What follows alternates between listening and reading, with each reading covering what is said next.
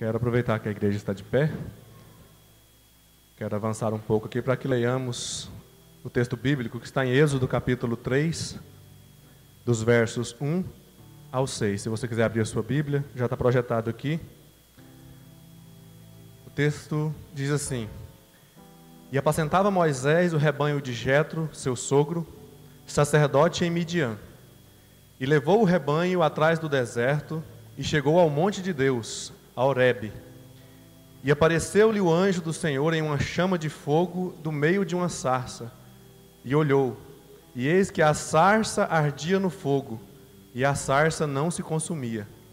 E Moisés disse: Agora me virarei para lá, e verei esta grande visão, porque a sarça não se queima.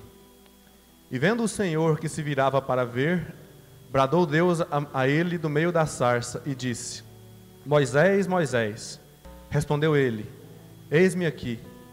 E disse: Não te chegues para cá, tira os sapatos dos teus pés, porque o lugar em que tu estás é terra santa.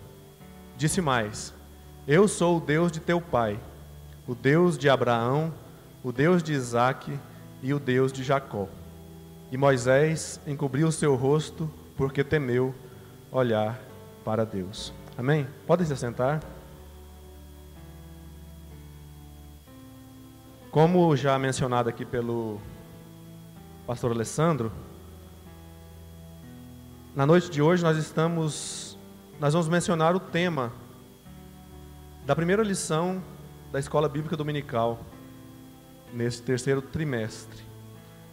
E nesse trimestre nós vamos estudar um tema muito importante para a igreja, que é Israel. A revista como um todo tem como título Israel 70 anos.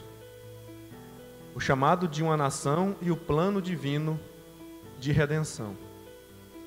Então eu quero aqui nesse momento, irmãos, deixar um convite para vocês.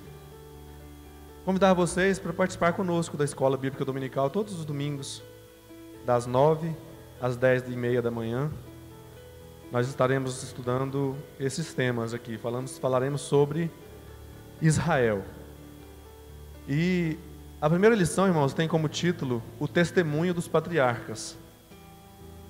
Nós vamos introduzir essa revista falando sobre os patriarcas.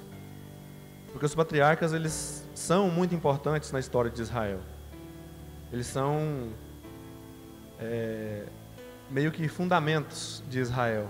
Nós sabemos que Israel está fundamentado sobre uma promessa, que Deus é quem sustenta. Mas os homens sobre quem nós falaremos aqui nesta noite têm uma importância muito grande, tanto no surgimento quanto na progressão de Israel, como nação, como reino. E nós vamos falar um pouco sobre isso nessa noite. Israel, irmãos. Primeiro, antes de falar sobre Israel, eu quero falar com vocês sobre os patriarcas. Nós temos, teologicamente falando, embora haja divergências sobre isso, 7 dispensações. Desde que Deus criou o homem até o presente momento, nós estamos na 6ª dispensação e terá ainda uma 7ª, que é o milênio. Então as dispensações são as seguintes: a dispensação da inocência, lá do período de Adão. Quando o homem peca, a gente entra na dispensação da consciência, quando o homem começa a ter a consciência do pecado. Depois passa para o tempo do governo humano, que pega ali Noé, os construtores da Torre de Babel, todo esse período é o governo humano. E depois a gente entra, irmãos, no período patriarcal. E esse período patriarcal é o que nós vamos falar um pouco sobre ele hoje. Aí depois vem a lei, a graça, que é onde nós estamos vivendo esse presente tempo, e depois virá o milênio, a 7ª dispensação. E embora haja muitos argumentos e controvérsias sobre isso, vamos ficar com essas 7. Amém?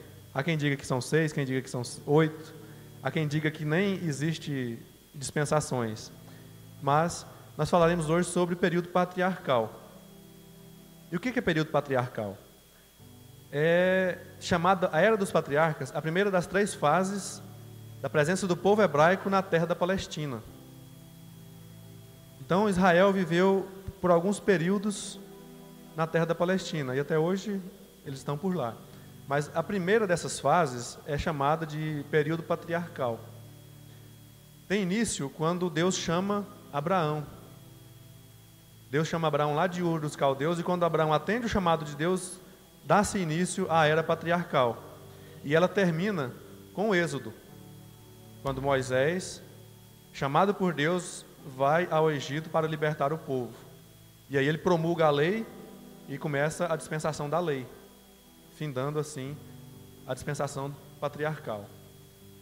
A era dos patriarcas recebe esse nome porque a organização dos hebreus era através de patriarcas.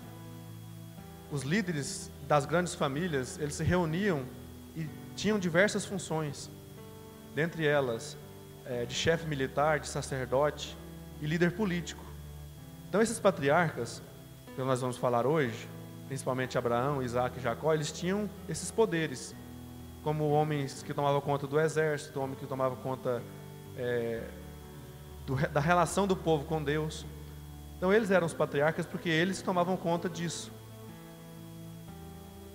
Os mais importantes foram Abraão, Isaac e Jacó, de quem se originaram as 12 tribos. E nós vamos falar sobre esses três nessa noite.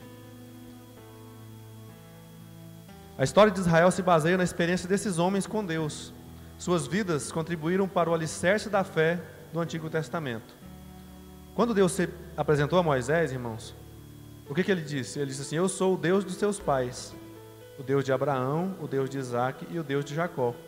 Então a fé de Moisés e de toda aquela geração está fundamentada no chamado de Abraão, na aceitação do chamado, no que Isaac fez, no que Jacó fez. Então eles são heróis para o povo de Israel, porque foi lá que teve início a nação, foi através deles que Israel surgiu. Então, irmãos, eles contribuíram muito para a fé do Antigo Testamento. Existem outros homens também que são considerados patriarcas, e também há controvérsia sobre isso, mas Jó, Noé, o próprio Moisés e até Davi. Se você ler lá em Atos 2, o autor de Atos chama Davi de patriarca. Então, se você for entrar teologicamente, há várias disputas sobre isso, mas isso não vem ao caso. O que vem ao caso é a importância que eles têm como homens que são referenciais, tanto para o povo judeu quanto para a igreja hoje. Então hoje, Abraão, Isaac, Jacó, Jó, Noé, Moisés e Davi são homens que são exemplos para mim, para você. E é por isso que nós vamos falar sobre eles aqui hoje, porque eles têm uma importância como fundamento da nossa fé. Amém? O primeiro, Abraão, um exemplo de fé e obediência. Eu creio que a história de Abraão é bastante conhecida e bastante pregada nos púlpitos, né? Fala-se muito sobre a fé, fala-se muito sobre a obediência de Abraão, mas hoje nós vamos gotejar um pouquinho mais sobre esse assunto, amém? Quantos querem aprender um pouco mais sobre Abraão aí? Eu gosto muito de ouvir essas histórias. Então, o primeiro aspecto, irmãos, da contribuição de Abraão para o surgimento de Israel como nação, foi a renúncia. Abraão foi um homem que era disposto a renunciar tudo por Deus. Deus fez promessas a ele, apareceu e falou assim: olha, eu sou Deus e eu quero te fazer um grande povo, uma grande nação, mas você vai ter que abrir mão do que você tem. Você vai ter que renunciar.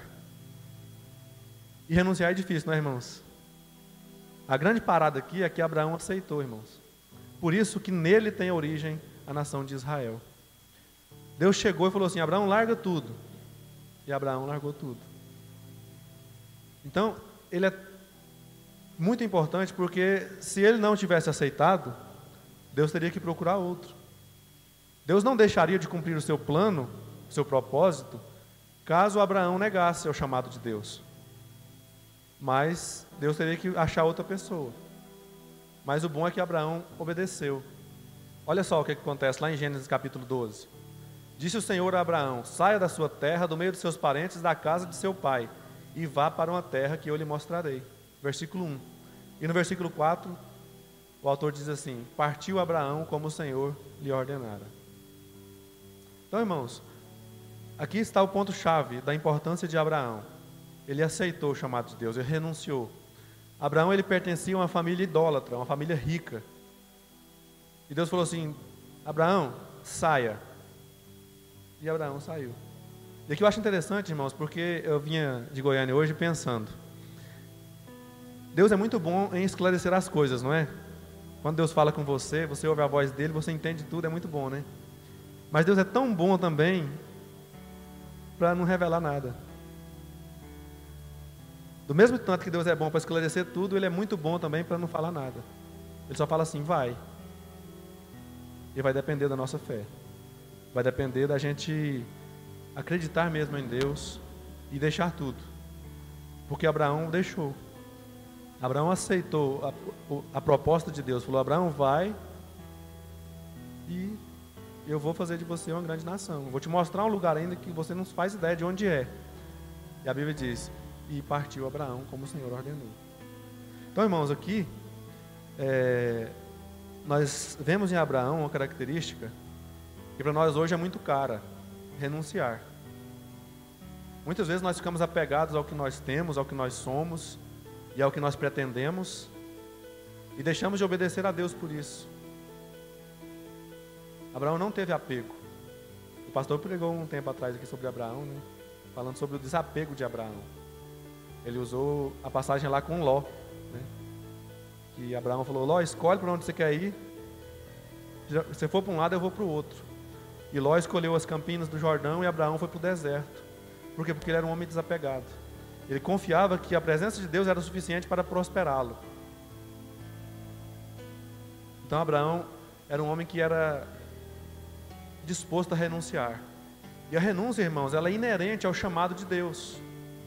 Todos que desejam atender ao chamado de Deus precisam estar dispostos a renunciar, porque senão não tem como atender ao chamado de Deus. Se não houver disposição e disponibilidade para renunciar, não há resposta positiva ao chamado. Olha o que Jesus diz lá em Lucas capítulo 9, versículo 23. Se alguém quiser vir após mim, negue-se a si mesmo. Tome a cada dia a sua cruz e siga-me. Então aqui tem o se. É se você quiser. Se você não quiser, paciência. Mas é fato que é um pré-requisito negar-se a si mesmo. Renunciar. É preciso você renunciar. Primeiro você começa renunciando a si mesmo, e depois vai vir mais um monte de coisa para você renunciar. Como diz aqui em Goiás, é uma carrada de coisa para renunciar. Porque a vida do cristão, irmãos, é de renúncia, dia após dia. Renunciar. Renuncia hoje, renuncia amanhã. E a recompensa vem. E Abraão, irmãos, estava disposto. Quando ele renunciou, a vida dele, o futuro dele, estava nas mãos de Deus. Porque ele confiou em Deus. A Bíblia diz que Abraão creu em Deus e isso lhe foi imputado como justiça. E você crê em Deus? Você que está me ouvindo aí pelas redes sociais, você crê em Deus o suficiente para renunciar? Para abrir mão? Abraão creu, irmãos. E Abraão obedeceu. Olha só o que aqui diz 2 Coríntios 5, 7. Porque vivemos por fé e não pelo que vemos. E aqui, se a gente for olhar para a nossa própria vida, nós vamos ver um contrassenso muito grande, porque parece que a gente quer viver pelo que a gente vê. Porque viver pela fé, irmãos, é difícil. Você viver por fé, como Jesus diz, né, vivendo, basta cada dia o seu próprio mal, lá em Mateus capítulo 6, a gente quer já ter o ano todo garantido, os próximos 5 anos garantidos, a vida do filho garantida, a faculdade, tudo pronto. Mas a vida do cristão, irmãos, ela é por fé, ela não é por vista. E Abraão entendeu isso. Abraão, ele não precisou entender para onde Deus o levaria, mas ele creu e aceitou o chamado de Deus. E nós, irmãos, se você fizer uma introspecção aí, você vai ver que você quer viver é por vista, você não quer viver por fé. Por quê? Porque viver por vista é mais fácil. Você ter segurança ali na sua conta bancária é muito mais fácil do que você esperar em Deus e depender de Deus. Você ter sua casa própria e a sua estabilidade é muito mais fácil do que você viver uma vida instável, confiando diuturnamente na providência de Deus.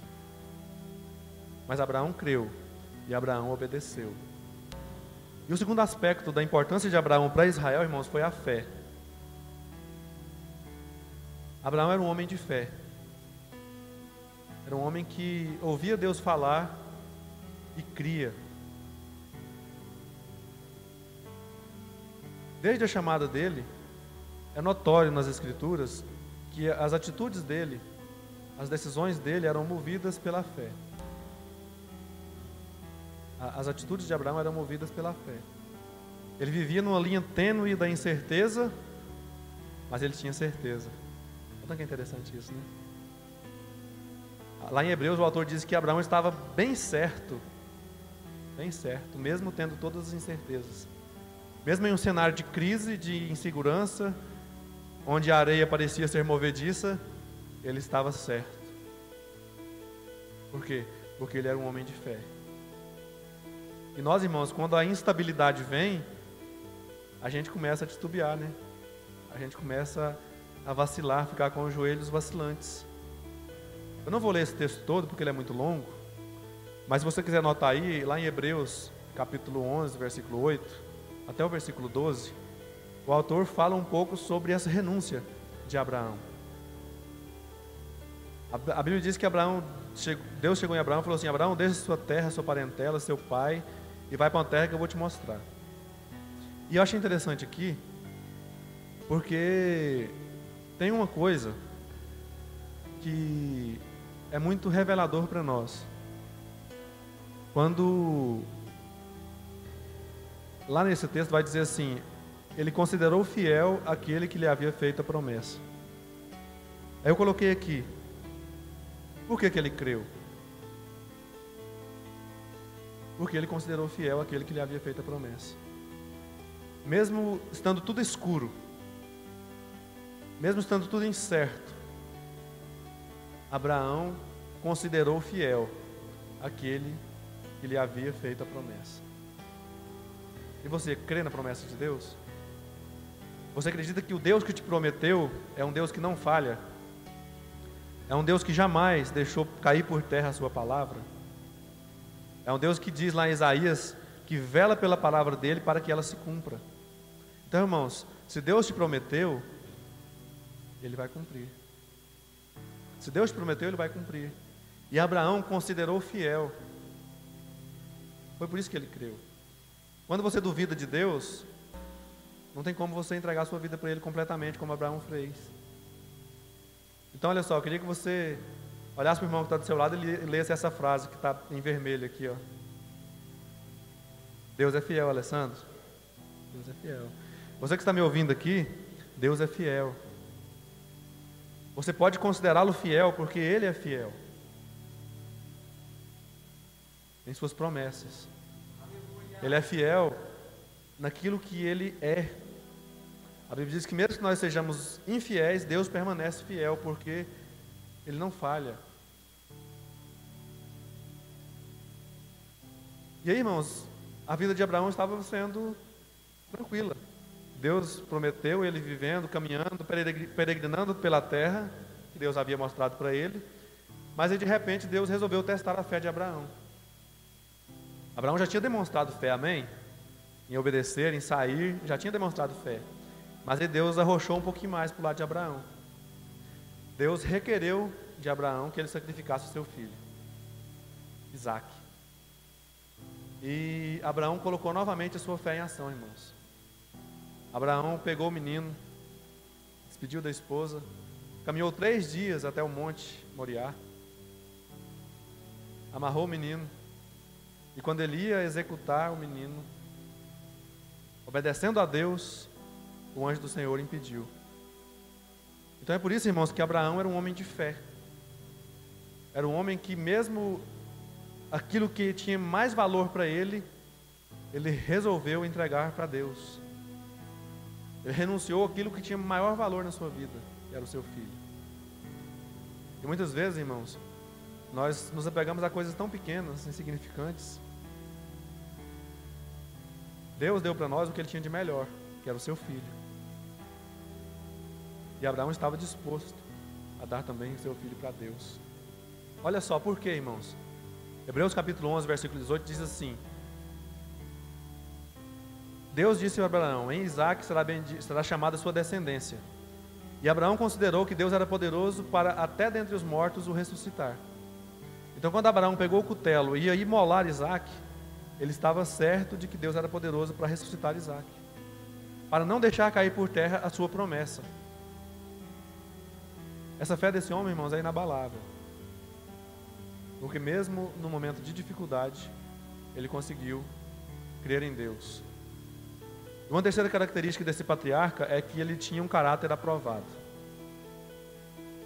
Abraão, irmãos, ele foi escolhido por Deus por causa do seu caráter. Quando ele resolveu renunciar tudo e seguir o plano de Deus, Deus percebeu o caráter dele. E ele sabia que através dele viria o povo eleito. Abraão tinha consciência disso, porque Deus falou para ele assim: olha, de você eu farei uma grande nação. E Abraão creu. Olha só, Gênesis capítulo 12, versículo 3, Deus diz para Abraão: por meio de você, todos os povos da terra serão abençoados. E Abraão acreditou, irmãos. Abraão acreditou. E mesmo tendo cometido alguns deslizes, mesmo tendo pisado na bola algumas vezes, Abraão é reconhecido como um dos maiores líderes espirituais, por ser um exemplo de fé inabalável. Ele é chamado na Bíblia de amigo de Deus. Agora, se Deus é um ser incorruptível, você acha que ele ia ter amizade com uma pessoa que não tem um bom caráter? Olha o meu celular despertando aqui, irmãos. Ó. Meu tempo, estou contando o tempo aqui, porque eu sei que tem muita coisa a ser dita. Mas, vamos lá. Ele é chamado de amigo de Deus. E Amós já diz assim: andarão dois juntos se não estiverem de acordo? Então quer dizer que Deus estava em acordo com Abraão. O caráter de Abraão, mesmo sendo falho, agradava a Deus. E o nosso caráter, irmãos, como é que é? Olha só, Deus nunca erra em suas escolhas, embora todos os seus escolhidos tenham errado em algum ponto, em algum tempo e de alguma forma. Todos, irmãos, Adão, Noé, Moisés, Davi, Paulo, Pedro, todos que Deus escolheu erraram. Isso não fez deles homens que Deus não amasse. Isso não fez deles homens com quem Deus não podia contar. Porque se fosse assim, Ele não poderia contar nem comigo nem com você. Porque nós também somos falhos. Mas existe uma diferença em você reconhecer a sua falha e saber aceitar a falha do seu irmão, para que vivamos em unidade, e você acusar e condenar o seu irmão pelas falhas dele. O correto é, como Paulo diz lá em Romanos 2, é você não acusar o seu irmão tendo caído no mesmo erro que ele.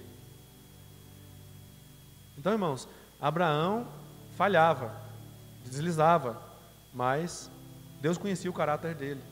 E a importância dele é tão grande que as 3 maiores religiões do mundo, que são chamadas de religiões abraâmicas, que é o judaísmo, o cristianismo e o islamismo, têm origens no pai da fé.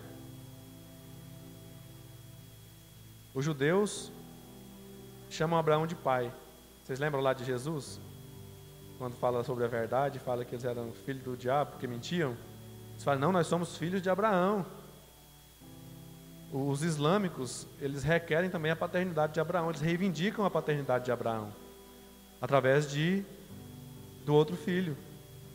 Então Abraão tem a linhagem de Isaque, que são os judeus, e os cristãos também seguem por essa linha, e tem o filho primogênito dele com a egípcia, que os islâmicos se apegam a ele, Ismael. Então assim, eu sou filho de Abraão por causa de Ismael, e nós somos filhos de Abraão por causa de Isaque. E mais ainda, se você ler Gálatas 3,16, você vai ver que é por causa de Cristo. O herdeiro de Abraão, que abençoaria todas as famílias da terra, é Cristo. Gálatas 3,16. Então, irmãos, esse homem ele tem uma importância muito grande. Então, como fundamento do surgimento de Israel, está lá Abraão, com essas características, esses defeitos, mas foi um homem importante para essa nação. O segundo é Isaac. Isaac é o cumprimento de uma promessa de Deus. Ele veio para manter viva a esperança do surgimento de uma nação. Porque Abraão precisava de uma linhagem. E Deus já tinha rejeitado Ismael. Disse, olha, não é Ismael, é um que Sara vai te dar, que é Isaac. E a história de Isaac mostra que não existem impossíveis para Deus. Por quê? Porque Sara já era velha, era estéril, Abraão já era velho, sem a força, mas mesmo assim Deus deu um filho para eles. Foi um milagre que Deus fez para cumprir a sua promessa. E por que Isaac foi importante, irmãos? Olha só, porque Isaac foi um homem que recebeu a revelação de Deus. E a Bíblia diz que Deus se revelou a Isaac em 3 situações distintas. A primeira foi como Deus do pacto. Por quê? Porque a aliança que Deus tinha feito com Abraão foi transferida para Isaac, através da circuncisão. Quando Isaac foi circuncidado, ele estava ali assumindo o papel de que Abraão deixaria para ele como o progenitor de Israel. Israel passaria por Isaac. De outra forma, foi quando Deus se revelou para ele como Deus da providência, no momento em que ele ia ser imolado. A Bíblia diz que quando ele subiu um monte, Isaac falou, pai, eu estou vendo aqui a lenha, estou vendo o fogo, mas e o cordeiro? Aí Abraão disse para ele, Deus proverá o cordeiro para si. Então, no momento de dificuldade de Isaac, Deus se revelou para ele como Deus da provisão. E se revelou também como Deus de seu pai. Porque lá em Gênesis 26, 24, Deus se revela a Isaac e diz assim, eu sou o Deus do seu pai, e eu estarei contigo. Então, irmãos, aqui, Isaac, através da revelação de Deus, ele está assumindo esse papel de um patriarca de Israel. Um homem importante pelo qual haveria de surgir a nação.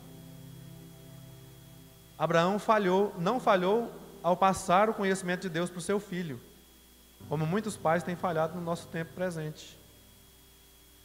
Muitos pais têm deixado os filhos sem conhecer Deus. E um dos principais papéis do pai é revelar Deus para os seus filhos. E foi isso que Abraão fez. Abraão passou a aliança para Isaac. Isaac é importante, irmãos, porque ele venceu dificuldades. Ele enfrentou muitos desafios. Para mim, o maior dele, que eu destaquei aqui no texto, foi o fato de ele ter que ter filhos e tendo uma mulher estéril. E, irmãos, qual foi a receita que Isaac usou? Partiu para a oração. A Bíblia diz que ele insistiu 20 anos orando, pedindo um filho a Deus. Porque ele sabia que ele precisava de um filho para dar sequência à linhagem de Abraão. E Deus ouviu a oração dele, irmãos. Porque a mulher dele também era estéril. Rebeca era estéril. E Deus abriu a madre de Rebeca e deu para ele 2 filhos. Então, ele é muito importante porque se ele tivesse desistido, Deus teria novamente que procurar outra pessoa. Mas ele deu sequência ao projeto. Ele enfrentou escassez de alimentos. Ele enfrentou perseguição de inimigos. Tem lá a história dele dos poços entulhados, né? Você lê lá Gênesis 26. É poço entulhado para lá, para cá. E ele prosseguiu, continuou, não desistiu, até chegar no Reobote. Por quê? Porque ele acreditou em Deus. Ele sabia que através dele surgiria uma grande nação. E ele não desistiu. E ele deixou um legado, irmãos. Ele deixou um legado muito importante. E o maior legado que ele deixou foi abençoar os seus filhos para cumprirem o propósito de Deus. Os filhos dele eram Jacó e Esaú. Ele abençoou os 2. Está certo que Jacó, sobre quem nós falaremos um pouquinho agora, ele entrou um pouquinho na frente ali na fila, né? E tomou a bênção do irmão. Mas Isaac abençoou também Esaú, para que ele tivesse uma família abençoada. Então, irmãos, nós vemos aqui a importância que o pai tem de deixar um legado para o filho. Do pai deixar para o filho palavras de bênção, não palavras de maldição. Porque a gente vai falar um pouco sobre Jacó daqui a pouco. Jacó tinha tudo, capaz que se fosse hoje de filho de algum irmão aqui, ia ser espraguejado o tempo todo. Mas o que Isaac fez, irmãos? Isaac abençoou. Isaac abençoou seu filho. Esse foi o legado que ele deixou. A bênção que ele proferiu para Jacó tem um teor profético que fortaleceu a ideia do surgimento de uma nação escolhida por Deus. Olha só como é que ele deu a bênção para Jacó lá em Gênesis 28, versículos 3 e 4. Ele diz assim: que o Deus Todo-Poderoso o abençoe, faça-o prolífero e multiplique os seus descendentes para que você se torne uma comunidade de povos. Então olha só a visão que Isaac tinha da promessa de Deus. Ao abençoar Jacó, Isaac estava transferindo para ele também a responsabilidade de dar prosseguimento ao surgimento dessa nação. Ele continua dizendo assim: que ele dê a você e a seus descendentes a bênção de Abraão. Olha só, ele evocando a bênção da promessa sobre o seu filho Jacó, para que você tome posse da terra na qual vive como estrangeiro, a terra dada por Deus a Abraão. Então, irmãos, Isaac, ele abençoou Jacó profeticamente, dando continuidade à promessa de Deus, ao plano de Deus de fazer suscitar ali uma grande nação. E Isaac assumiu esse papel, passando para Jacó, que é o terceiro patriarca que nós falaremos hoje. Eu tenho 10 minutos aqui para falar sobre ele, mas Jacó também teve uma importância muito grande, porque ele mostra o poder transformador da ação divina. A história de Jacó, irmãos, ela é muito difundida entre os crentes, porque ele tem algumas características que lhe são peculiares. E a história dele mostra que Deus atua para transformar histórias. Quantos aqui tiveram a história transformada por Deus? Eu tive a história transformada por Deus. Eu e você somos também exemplos de que Deus é um Deus que interfere para mudar histórias. Olha só, Jacó tinha uma vida torta. Ele era estigmatizado. Ele era um homem de caráter distorcido que usava de astúcia para conseguir o que queria. Ele era enganador. E o seu nome significa suplantador. Aquele que age traiçoeiramente, aquele que segura pelo calcanhar. No hebraico tem esse significado. No grego significa aquele que lutou com Deus. Porque nós vamos ver lá na frente que ele teve uma importância muito grande para Israel também. Porque ele lutou com Deus e venceu. Então, o nome dele já o condenava. Ele já era um homem sentenciado para ser um fracasso. Mas ele não aceitou essa condição de fracasso. Ele lutou por sua vida. Olha só, ele comprou a primogenitura do seu irmão com aquele prato de lentilhas. Ele enganou seu pai, se vestindo como seu irmão, usando peles ali para enganar o seu pai, traiçoeiramente para ficar com a bênção da primogenitura. E depois ele fugiu para Padã Arã para salvar sua própria vida. Então Jacó, irmãos, ele teve essas fases, né, que a gente pode chamar aqui de tempos negros, em que ele era uma negação para a família. Talvez Isaac poderia chegar e amaldiçoar, falar: olha menino, você não presta, você não vale nada, você não vai dar em nada porque você é enganador, você é mentiroso, você é cheio de falcatrua.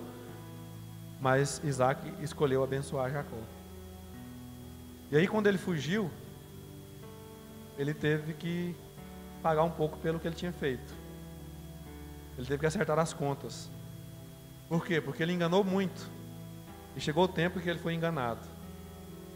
Quando ele foi para Padã Arã, ele sofreu as consequências de suas atitudes do passado.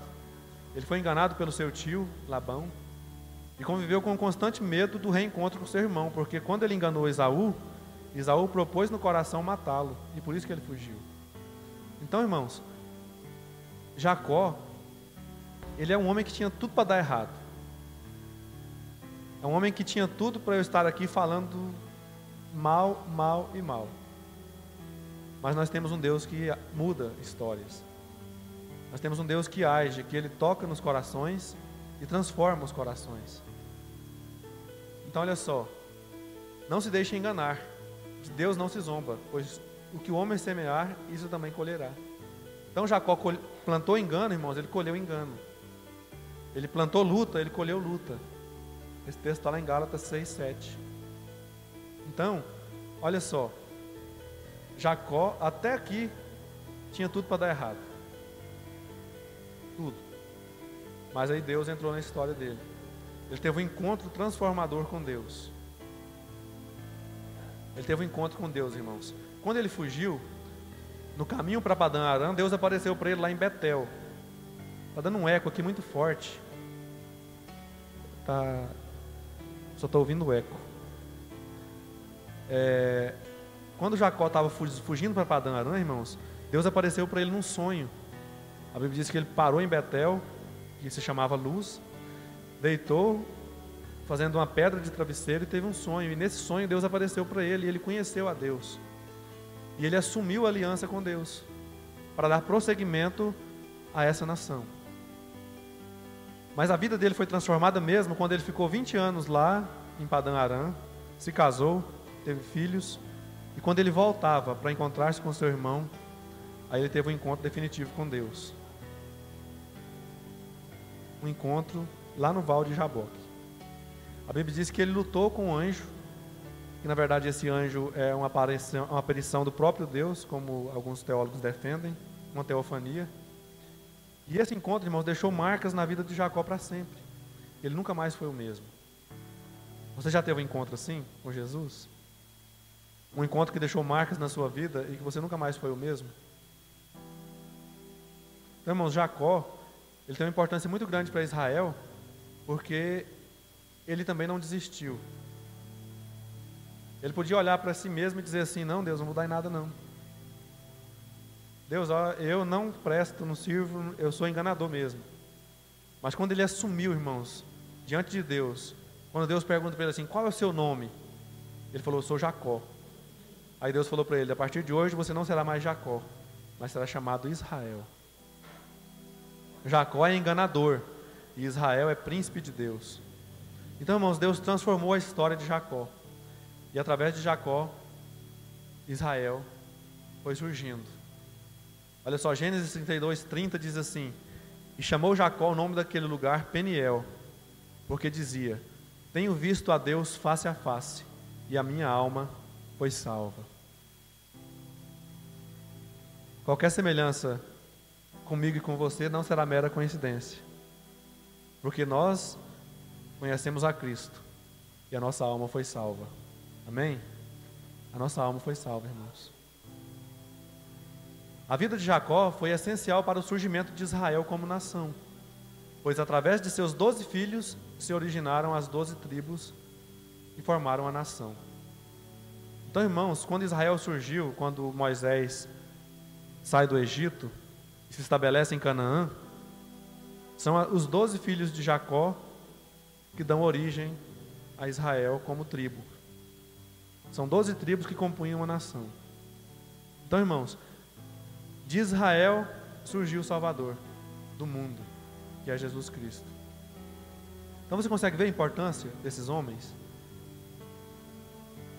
Jacó teve Judá, e da tribo de Judá surgiu Jesus. Nasceu o nosso Salvador.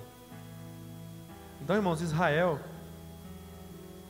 tem uma importância muito grande. E a história de Jacó lembra a nossa história, pois éramos perdidos e errantes, mas o encontro com Deus transformou nossa história e hoje somos servos do Deus Altíssimo. Nós éramos errantes, nada em nós prestava, mas quando nós nos encontramos com Jesus, irmãos, nossa vida foi mudada. E hoje nós podemos reivindicar também a filiação pela fé de Abraão e dizermos que nós somos filhos desse homem pela fé. Então, irmãos, olha só, como nós estudaremos Israel, nós estamos falando aqui hoje sobre o surgimento. Esses 3 homens foram fundamentais para que a nação surgisse.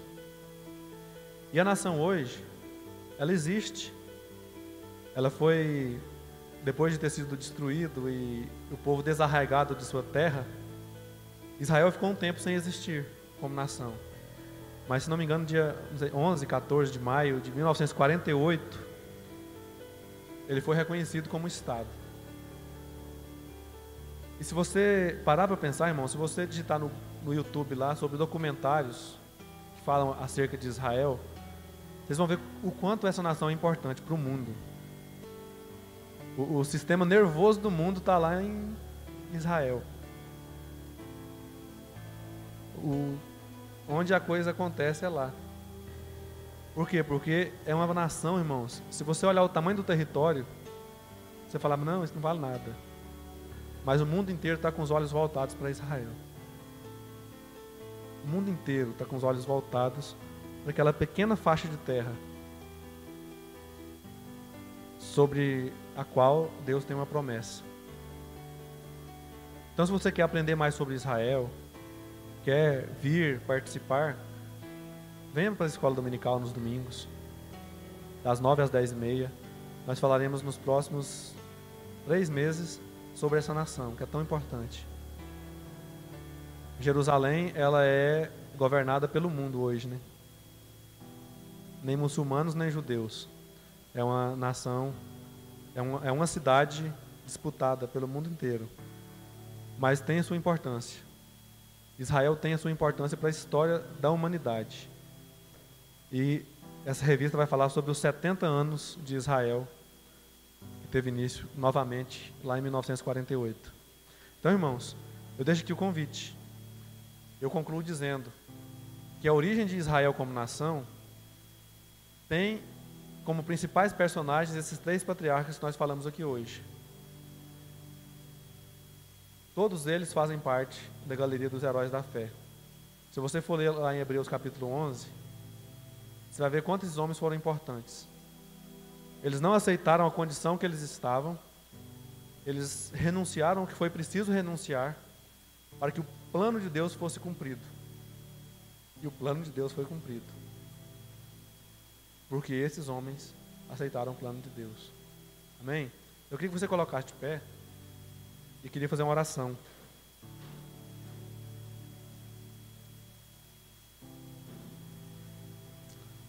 Senhor Deus, nós estudamos aqui, Senhor, hoje a história desses 3 homens que são tão importantes na história. Deus, eu te peço que, assim como eles foram abnegados, assim como eles se sujeitaram ao teu propósito, nós também estejamos dispostos, ó Deus, a sujeitar ao Senhor, a ouvir a tua voz, a obedecer, Senhor, ao teu mandamento. Deus, para que sejamos também honrados pelo Senhor como esses homens foram. Ó Deus, que essa igreja aqui reunida, ó Deus, que todos os que ouvirem essa palavra estejam dispostos a renunciar, Deus, primeiro a si mesmos e depois a tudo quanto for necessário para o cumprimento do seu plano, que é muito mais elevado. Revela a nós os teus planos, ó Deus. Renova em nós a tua chamada, para que nós estejamos aqui, Deus, firmes e fiéis diante do Senhor. Abençoa o teu povo, abençoa a tua igreja, para a glória do seu nome eu te peço, em nome de Jesus. Amém.